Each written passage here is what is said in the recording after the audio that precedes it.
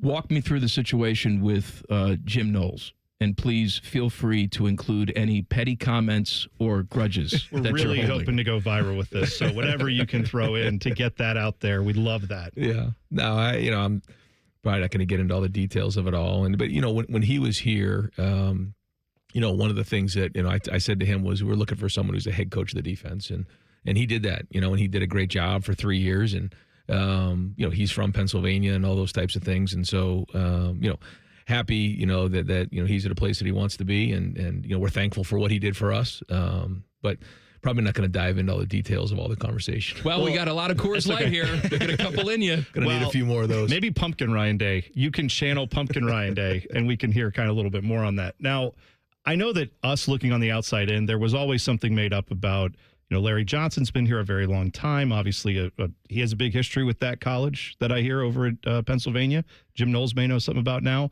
How did those two guys interact last year after that Oregon game? Yeah. What part of that relationship? Because that was what we always tended to speculate.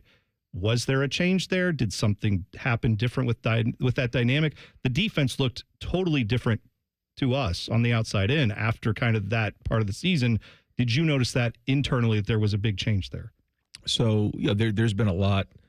I think of speculation, like you said, of kind of like, all right, so what happened after that game? That's what we do all the time. Yeah, Speculate. Come on, every week we won't have this problem. Right.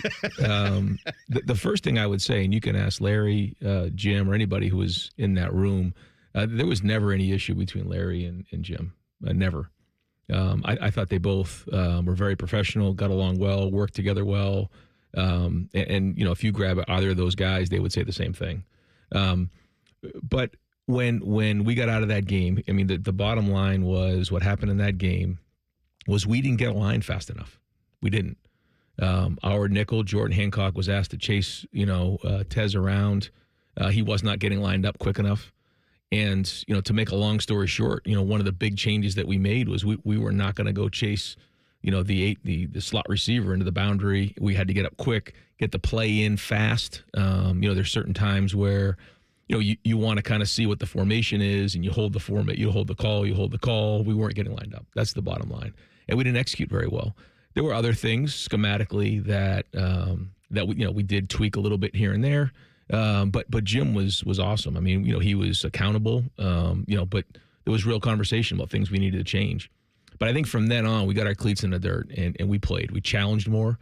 You notice in that game, there was just a lot of free access runs at our corners. We wanted to start challenging more, making it harder to get down the field. And I felt like, just the tale of two games. We look at the Oregon game, 8 sacks, in this one, and then obviously the first one. You see, once we get aligned and we got set, we were a very good defense. So, wasn't just that, but that was probably the crux and the biggest change that we had to make. So that means, and not to get into the X's and O's of it all, but if you line up formation into the boundary, that means, now Jordan would have to line up maybe in the box a little bit, have to take on some runs, as opposed to the matchup, where he goes into the boundary. So that played into it because if you remember, there were other games where, in the past, our nickel would line up to the field, and now you had maybe a one-on-one situation with like our boundary safety. If you remember some games where that hurt us a little bit. So there's that back and forth conversation of that. And so, all those little things can add up in moments like that. So we wanted to get that fixed. And because in those moments, the players want answers. What exactly happened? We know we're a good defense, and we know we can be better than that. So that was one thing that, I made sure that, we all understood that this moving forward, we are going to get the call in, we're going to get our cleats in the dirt, and we're going to challenge the line of scrimmage.